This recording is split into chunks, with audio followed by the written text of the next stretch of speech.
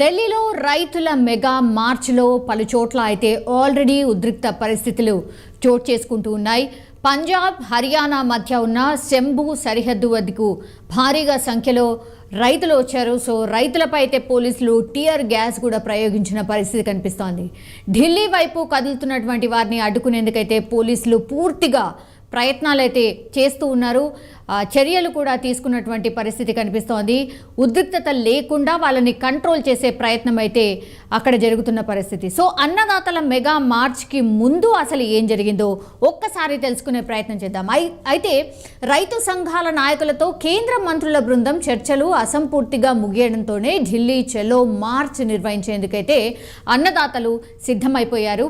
ఈ ధర్నా కోసం పంజాబ్, హర్యానా, యూపీ సహా దేశంలోని చాలా ప్రాంతాల నుంచి రైతు సంఘాల నాయకులు అండ్ రైతులు పెద్ద సంఖ్యలో రాజధాని ఢిల్లీకి చేరుకున్నటువంటి సిచ్యువేషన్. 250కి పైగా రైతు సంఘాల మద్దతున్నటువంటి కిసాన్ మజ్దూర్ మోర్చా, దాదాపు 150 సంఘాలతో కూడిన కిసాన్ మోర్చా డిసెంబర్లోనే నిరసనకు పిలుపునివ్వడంతోనే పెద్ద సంఖ్యలో ఢిల్లీకి తరలి వెళ్లారు. సో దీంతో ఎలాంటి అవాంఛనీయ ఘటనలు చోటు చేసుకోకుండా అయితే ఢిల్లీ పోలీసులు పూర్తిగా అప్రమత్తంగా ఉన్నారు. ఎందుకంటే బ్యారికేడ్లతో నగర సరిహద్దులను పూర్తిగా క్లోజ్ చేసిన పరిస్థితి కనిపిస్తోంది. ర్యాలీలు అండ్ నిరసనలపై నిషేధం కూడా విధించారు. సో పొలంలో హలం పట్టాల్సిన అన్నదాతలు ఇప్పుడు ఆందోళనకు ఎందుకు దిగారు, వారి ప్రధాన డిమాండ్లు ఏంటి అనేది ఒక్కసారి చూద్దాం. ఈ డిమాండ్లలో ఎక్కువగా ఫస్ట్ ప్రయారిటీ ఉన్నటువంటి డిమాండ్ ఏదైనా ఉంది అంటే అది పంటలకు కనీస మద్దతు ధర హామీ ఇచ్చే చట్టం చేయాలి అన్నటువంటిది మొదటి డిమాండ్ రైతులది. మనందరికీ తెలుసు, రైతులు పంట అయితే పండిస్తున్నారు, కానీ ఎప్పుడైతే అమ్మకానికి తీసుకువెళ్తున్నారో అక్కడ దళారుల వ్యవస్థ కావచ్చు, లేదంటే మార్కెట్లో మనకు ఒక రేట్ ఉంటుంది, కానీ రైతుల దగ్గర తీసుకునేటప్పుడు మాత్రం దారుణాతి దారుణంగా కనీసం అంటే కనీసం మద్దతు ధర కూడా దక్కడం లేదు. సో ఫస్ట్ డిమాండ్, మేము ఇంతకాలం శ్రమించి పంట పండించి మార్కెట్కి అమ్మే టైంకి తీసుకువెళ్ళినప్పుడు అక్కడ కనీసం మద్దతు ధర కూడా ఉండట్లేదు.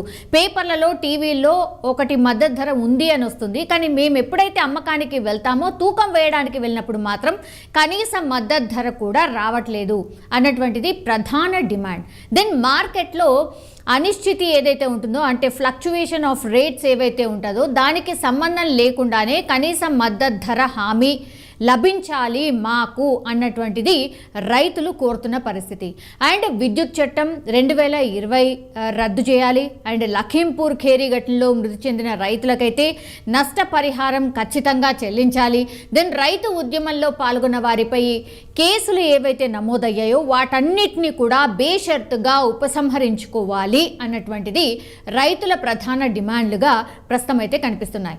2 ఏళ్ల క్రితం పలు డిమాండ్ల పరిష్కారానికైతే కేంద్రం హామీ ఇచ్చినా కూడా ఇప్పటికి కూడా దాన్ని నెరవేర్చలేదు.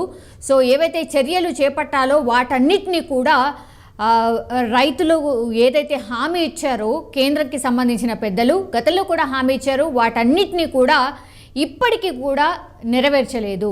సో కంపల్సరీగా మీరు ఖచ్చితంగా ఏవైతే మేము మీతో టాక్స్ ఏవైతే జరిపామో అవన్నీ కూడా మీరు ఒక ప్రామిస్ అయితే చేశారు. ఆ తర్వాతనే మేమంతా ధర్నా అన్నీ కూడా ఉపసంహరించుకొని వెళ్ళిపోవడం జరిగింది, కానీ ఇప్పటి వరకు కూడా మీరు ఎందుకు నెరవేర్చలేదు, అందుకే ఈరోజు మళ్ళీ ఢిల్లీ వేదికగానే ఒక ధర్నాకి పిలుపునిచ్చాం అన్నటువంటి మాట అయితే చెప్తున్నారు. సో 2020-21 రైతు ఆందోళన సమయంలో రైతులపై నమోదైనటువంటి కేసులు ఉపసంహరణకు కేంద్ర ప్రభుత్వం అయితే సుముఖత వ్యక్తం చేసినప్పటికీ కూడా తమ డిమాండ్లలో అత్యంత ముఖ్యమైనది ఏదైతే ఉందో కనీస మద్దతు ధర హామీ ఇవ్వాలని రైతులైతే ఫస్ట్ పట్టుబడుతున్నారు. మాకు ఖచ్చితంగా ఈ హామీ లభించాలి అన్నటువంటి మాట చెప్తున్నారు.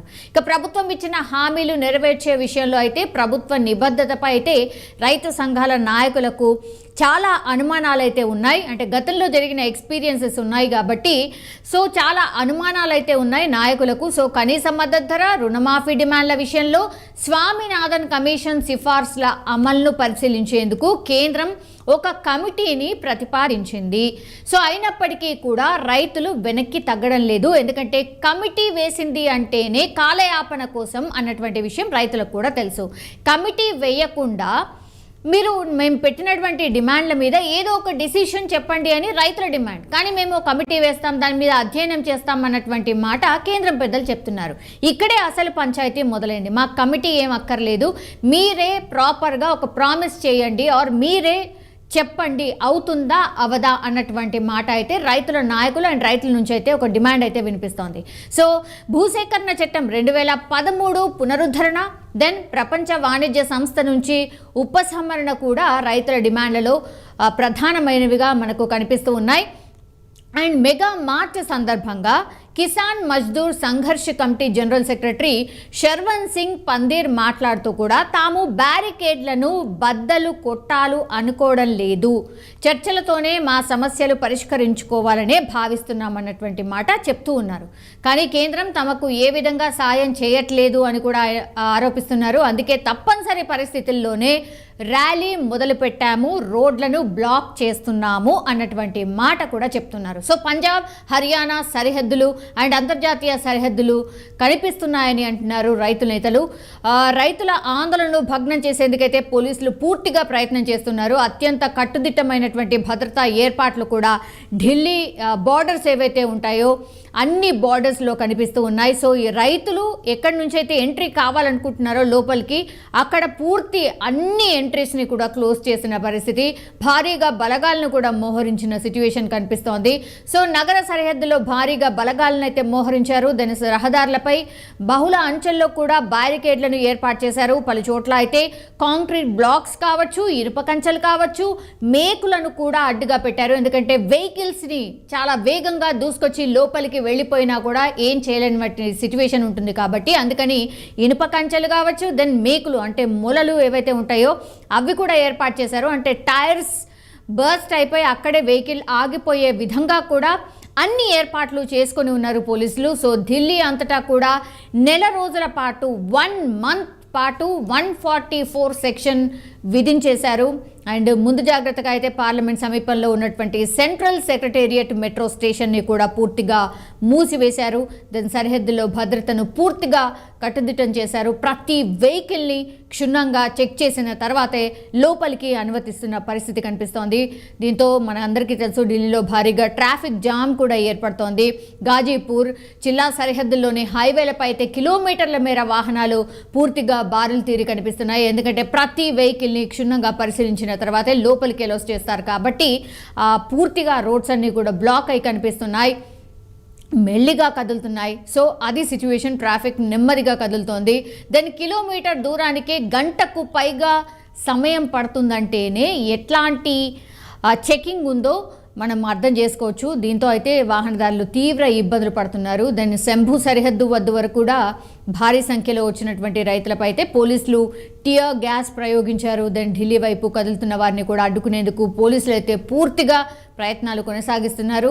అన్ని చర్యలతో అక్కడ పరిస్థితులు ఉద్రిక్తంగా మారిన పరిస్థితి కనిపిస్తోంది. బాష్పు వాయువు ప్రయోగంతో కూడా ఆ ప్రాంతం అంతా కూడా దట్టమైన పొగతో నిండిపోయిన పరిస్థితి కూడా మనకు స్పష్టంగా కనిపిస్తోంది. అలాగే బలగాలు డ్రోన్లతో స్మోక్ బాంబ్స్ను కూడా విడుస్తూ ఉన్నారు. సో అన్ని ప్రయత్నాలు అయితే జరుగుతున్నాయి. సో నిరసనకారులు అండ్ మీడియా ప్రతినిధులు కూడా పరుగులు పెట్టినటువంటి సిచ్యువేషన్ కనిపిస్తోంది. అక్కడ ఇదంతా కూడా కవరేజ్కి వచ్చినటువంటి మీడియా ప్రతినిధులు కూడా తీవ్ర ఇబ్బందులు పడుతున్న సిచ్యువేషన్. ఇక మరోవైపు అన్నదాతల ఆందోళనలు అయితే అడ్డుకునేందుకు కేంద్రం పూర్తిగా పటిష్ట చర్యలు అయితే చేపట్టింది. గతంలో ఎక్స్పీరియన్స్ అయింది కాబట్టి. సో ఈ క్రమంలోనే రైతులను నిర్బంధించేందుకైతే వీలుగా ఢిల్లీలోని భావనా ప్రాంతాల్లో తాత్కాలిక జైలును కూడా ఏర్పాటు చేయాలని అయితే కేంద్రం ప్రతిపాదన చేసింది. అయితే దీన్ని ఢిల్లీ ముఖ్యమంత్రి అరవింద్ కేజ్రీవాల్ తోసిపుచ్చారు. అట్లాంటిది ఏం అవసరం లేదు, రైతులను జైల్లో పెట్టడం ఏంటి అన్నటువంటి మాట కేజ్రీవాల్ చెప్తున్నారు. సో రైతన్నలను జైల్లో పెట్టడం సరికాదు అంటూ కూడా ఆయన కామెంట్ చేసిన పరిస్థితి. సో రైతుల ఆందోళన ఒక్క రోజుతో ముగిసేలా స్పష్టంగా సమాచారం అయితే లేదు. ఎందుకంటే ప్రభుత్వం పోలీసులు తమ సహనానికి పరీక్ష పెట్టినా కూడా మేమేవైతే డిమాండ్లు పెట్టామో డిమాండ్లు నెరవేర్చే వరకు నిరసన కొనసాగబోతోంది అన్నటువంటి మాట స్పష్టంగా చెప్తున్నారు రైతులు. సో 6 నెలలకు సరిపడా కూడా రేషన్ అండ్ డీజిల్తో వారంతా ఢిల్లీ వైపు వచ్చినట్టుగా పూర్తిగా పోలీసులకు సమాచారం అయితే ఉంది. 2020-21లో ఉద్యమించినటువంటి రైతులు పలువురు ప్రస్తుత ఆందోళనలో కూడా వాళ్ళు కూడా పాల్గొంటున్నారు. సో గతంలో ఏవైతే ఎక్స్పీరియన్స్ చేసిన రైతులు ఉన్నారో వాళ్ళు మళ్ళీ ఈ ఆందోళనలో కూడా పాల్గొంటున్నారు. సో అప్పట్లో వారు కొన్ని నెలల పాటు ఢిల్లీలో చలిని కూడా లెక్క చేయకుండా నిరసన చేపట్టారు. సో హామీ ఇచ్చినట్టుగా కేంద్రం తమ డిమాండ్లను నెరవేర్చలేదు. ఇప్పుడు వాటిని సాధించుకున్నాకే తిరిగి వెళ్తామని స్పష్టంగా వారు చెప్తున్న పరిస్థితి కనిపిస్తోంది. సో ఏం జరగవచ్చు? ఈ ఆందోళన మెగా ర్యాలీ ఏదైతే రైతులు చేపట్టారో మరి ఢిల్లీ వైపు లోపలికి వెళ్ళడానికైతే ప్రయత్నం అయితే జరుగుతోంది. అండ్ ఇప్పుడైతే పార్లమెంట్ ఎలక్షన్స్ కూడా రాబోతున్నాయి.